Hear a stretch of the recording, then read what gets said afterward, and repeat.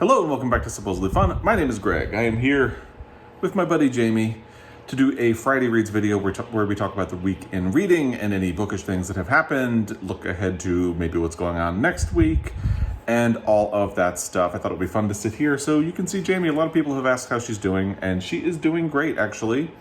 We have been trying to spend a lot more time with her and not leave her alone in the house and go places. One, because it's really hot, but two, because we worry that she's a little lonely. So I'm here with her. The other benefit of this is that by sitting on the couch, the fan is blowing directly on me, and it's really hot. So you might be able to hear the fan in the background. It is what it is, because I am definitely going to stay here in front of the fan. Right, Jamie? Yeah, she's going to stay here too. Hi, this is Editing Greg to say that the downside of filming in front of the fan is that every time the fan turned toward me, it made a noise that the microphone on my phone picked up. So you're going to hear that throughout this Friday Reads video, since I'm not going to refilm it. Sorry. It is what it is. I hope it doesn't bother you too much. So this was a bit of a slow reading week. I only finished one book. I have two others in progress. I might not finish one of those books. Not because it's bad, but because it's triggering anxiety. We'll get to that in a little bit when we get to the actual Friday Reads portion of this video. The other thing I will say is that, let me move this a little bit so you can see all of Jamie's cute little face. And the other thing I'll say is that this week I did watch the film version of The Last Unicorn. I had finished this book last week and really enjoyed it. I had not watched the movie since I was a child, and I was a little nervous because I remember liking the movie, but it freaked me out when I was a kid because there's a red bull and a harpy, and I thought those things were really scary. I really did. And I was not at all scared at all, not even a tiny bit as an adult, and Jamie wasn't scared either. She watched it with me. And so I guess I was just a really impressionable kid, or a coward, however you want to put it. It's a really good movie. The screenplay was written by Peter S. Beagle, who wrote the book, obviously.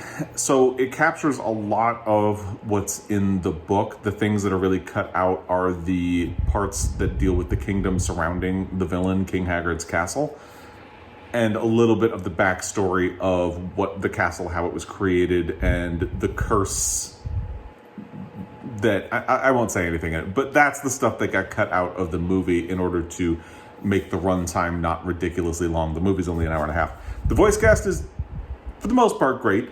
They have Jeff Bridges sing in a key that he can't really reach, and that's interesting. But I think what the one problem I had with it is that the animation is beautiful, but it's very stilted, and you have some actors who are giving great vocal performances, and the pictures of the character are just a mask that has no emotion at all. So it kind of undercuts the movie, but it was really good, and I would recommend it. It is online. I watched it on the Roku channel, where they put in a couple of commercial breaks here and there, but that's fine. So I got to watch that this week and still love the book better, but the movie was pretty good. Not gonna lie about that.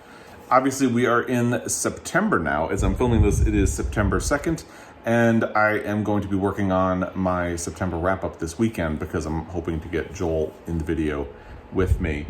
And we will talk about what I read in September, or August, what he read in August. He read a lot in August, which is one of the reasons I want to get him back.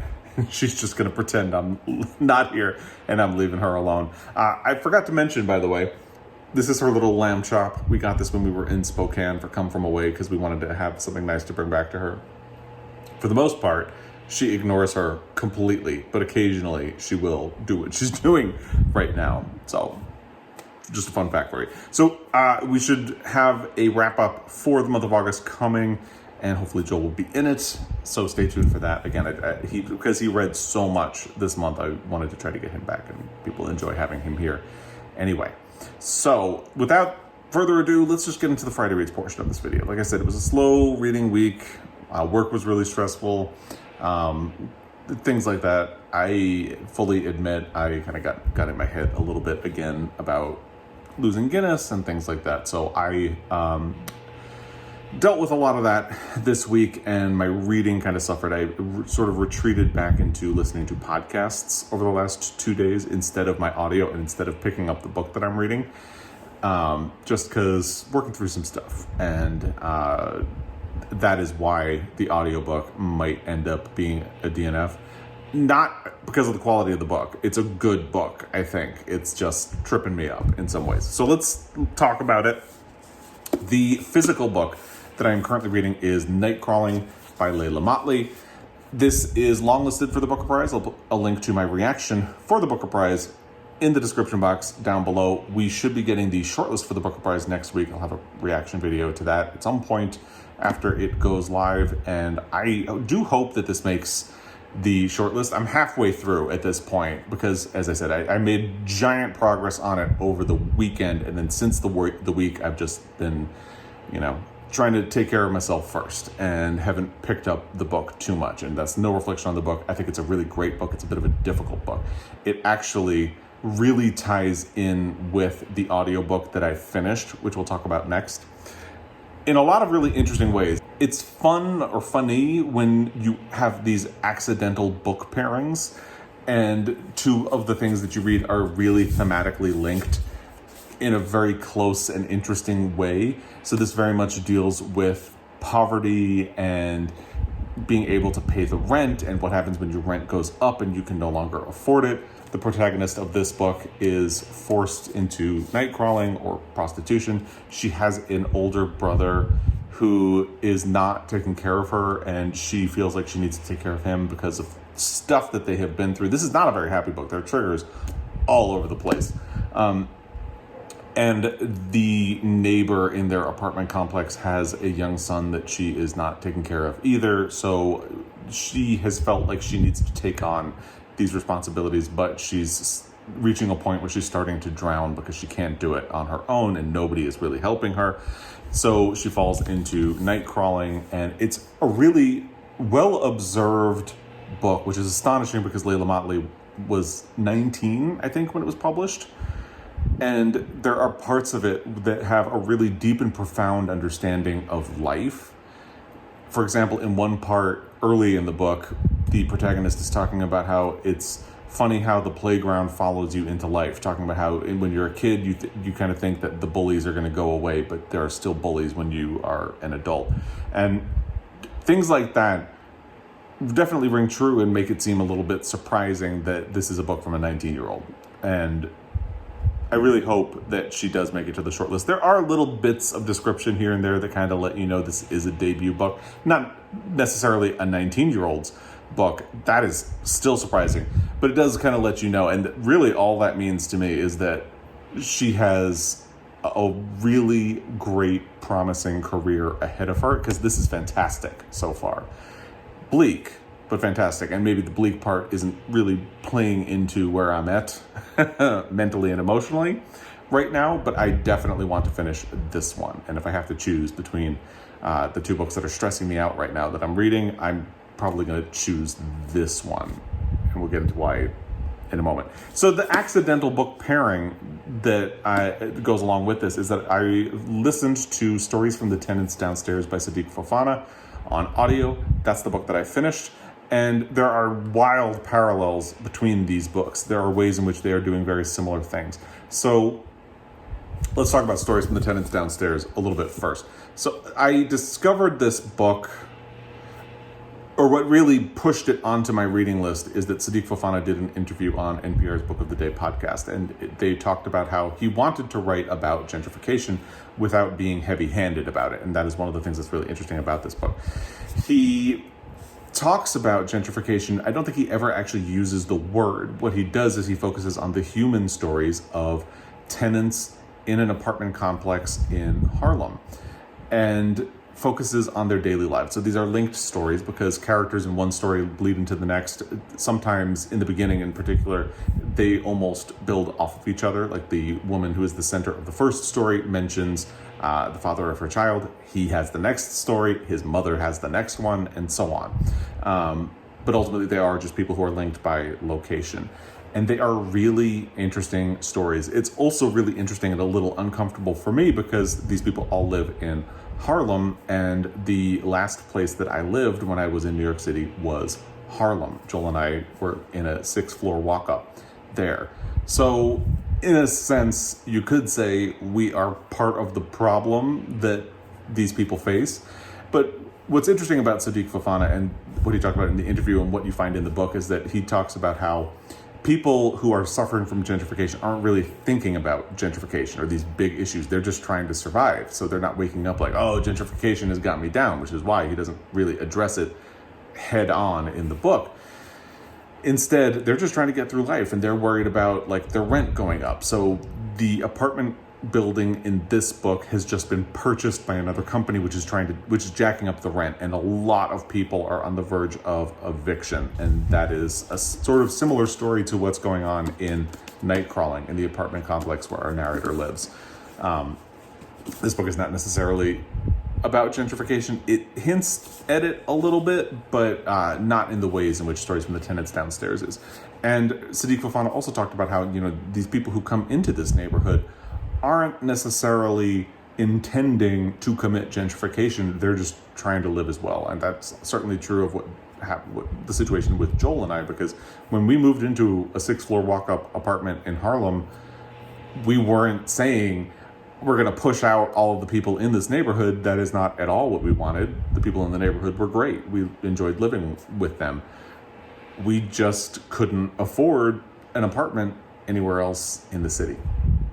So it's interesting that Sidik Fofana is looking at both sides of the story in a way, although there is only really one white character in this book, and he is a bit of a sort of ridiculous person. He's a teacher, and he went to Harvard and loves to tell people that he went to Harvard, and he has no emotional connection to any of his students, and he does not understand their lives.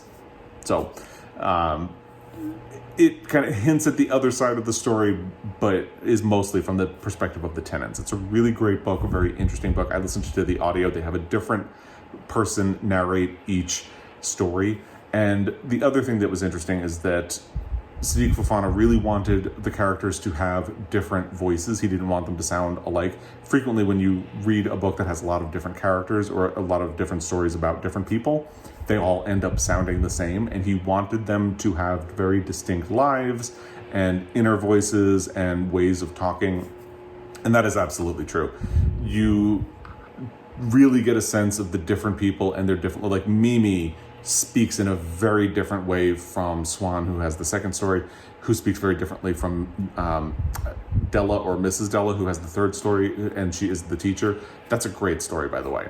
And they all play off of each other. They all clearly come from the same place, but they have very different lives and voices. I think that's very well done and really well observed. I would absolutely recommend this book to anyone. But it's just really fascinating when you finish one book, pick up another book, and they are almost in conversation with each other in a lot of key ways, because a lot of the stuff that I took from Stories from the Tenants Downstairs has now carried into Nightcrawling, and maybe I'm focused on some parts of it that I wouldn't have thought as much about if I hadn't just finished Stories from the Tenants Downstairs when I came into this book. And of course, that is the part about rent and how much landlords can impact the lives of their tenants and what happens to these people who can no longer afford to live in their home. Really, two interesting conversations. Actually, I would even recommend Stories from the Tenants Downstairs as a companion to Nightcrawling by Leila Mottley, because I know a lot of people are reading this because of the Booker list, and I would definitely say that would be a good place to go next when you are ready. And again, I really do hope that Nightcrawling makes it to the shortlist for the Booker Prize, but we will find out about that next week. Now onto the audio book that I picked up after I finished Stories from the Tenants Downstairs, and that is American War by Omar El Akkad. The reason I picked this up is that on Montana Book Company's Reading Challenge for 2022, there is a prompt for a dystopia or apocalyptic book that feels too much like real life. So I asked Charlie a while ago. Charlie is one of the owners of Montana Book Company. For recommendations, they suggested American War, and it does sound really interesting. So I got on a hold list on Libby for the audio. It became available, so I started it. And here's the thing. It is set in the near future, and it imagines a world in which the United States has been torn apart by a second civil war, which feels a little too real. Like, this was published in 2017, so it was a little before how the divide in partisanship in politics has gotten worse since then, like significantly worse. It was way before the January 6th attack and the 2020 election, which really drove a lot of those divisions even further. They were definitely in progress as the book was written, as the book was being prepared to be published, as the book was published. But it's really after that they have gotten to be so much worse. And what's interesting as well from that perspective is that the thing that caused the second civil war in the book is control over fossil fuel and a movement toward a more environmental or sustainable life or society. And obviously we now know you don't need that. Politics itself has created the division where it feels like we're on the brink of a second civil war. Anyway, so that's a little too real, but also just the idea of these people. It's almost like The Road in the beginning. I'm only about 15%, maybe a little more than 15% of the way into the book. And it is triggering a lot of, because it's about a family. The father has been killed, and the mother is trying to move the children, but she can't. And it's hitting me in the stress button pretty hard. So I actually have not listened to it in 3 or 4 days at this point. And I'm starting to think that I am going to need something else to fit the dystopia or apocalypse fiction, because this is just a little too real. And for where I'm at right now, up here, can't do it. So I have another book on my shelf that I was thinking I might use for it, but because Charlie had recommended this one, I wanted to give it a shot. I didn't realize it was going to hit that hard, but it sure did. It's a beautifully written book. I do recommend it if you can handle the stress component of it. Right now, I'm just not able to manage the stress part of the book.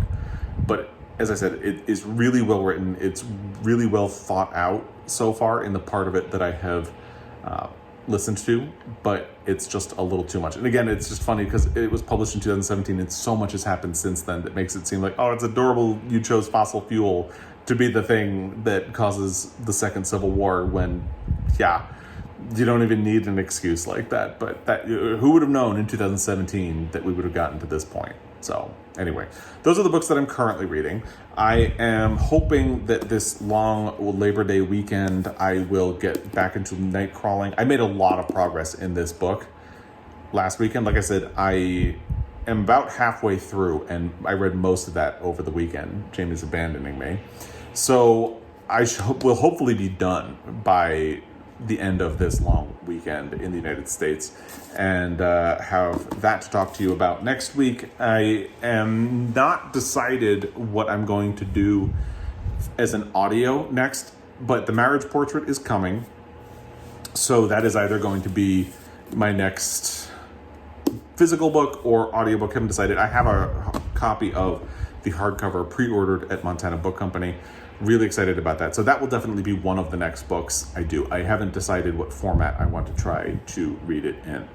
And I don't really know what else I'm going to have lined up, except that I'm probably going to need like a romance to cleanse my soul and maybe help me stress a little bit less. And that should be a good idea. I also have definitely decided what my next Pulitzer Prize book is going to be for my project. And this is why I'm terrible at TBRs. A month ago, if you had asked me, I would have named 2 different books as the contenders for my next read in the project. And now I'm thinking of something different. It's just the way it goes. Not ready to talk about what the book is going to be at this moment, but stay tuned for that. It will be coming. So this week I also did a video about the first year of the Pulitzer Prize Awards, and it was particularly an interesting year to look at for me, because there was no fiction prize that year. The fiction prize existed, they intended for it to exist, but they decided not to award it that year and to launch it the following year instead, which is what they did. So it's a Pulitzer year that's not really a Pulitzer year for fiction, at least. And it was interesting from that perspective, but I felt like because it was the first year and there was no prize, I got to talk about potential books that might have won, and also just give a little bit of background about the Pulitzer Prize, who it was named for, what it is, what it does, how it's changed, and that was fun for me to do. That actually, because to be honest with you, I did not feel like filming at all this week, so I kind of forced myself to film the video about the Bookish chat video that I did about reviews and spoilers, which I'll link both of those videos down below. And I apologize, I have not responded to any of the comments on that video, and it's a discussion video. It's just, I couldn't keep up with them this week. So I'm going to try to get caught up with them, probably not this weekend, but next week. So thank you for your comments. I will get back to you. It's an interesting discussion. People had a lot of really interesting things to say about book reviews and spoilers in that. So I had to force myself to film that video, and I was feeling really reluctant to film another video. So when I got the idea to look at the first year of the Pulitzer Prizes and how I could easily do that this week, because it's not a year where there was a prize, so I don't actually have to read a book. I just have to look at potential contenders, and I could just give a background of the prize itself, which will be helpful moving forward. That really helped, and it's because it's something that I'm interested in, it kind of sparked all of the joy again, so that was nice. But anyway, we'll leave it at that for this week. I hope if you are in the United States and you have a long weekend ahead of you, that you have a fun time, and that it's not too hot where you are. It's really hot where I am. I am going to go see where Jamie got up to and leave it at that. Again, I really appreciate your time. I will be back. Until next time, happy reading.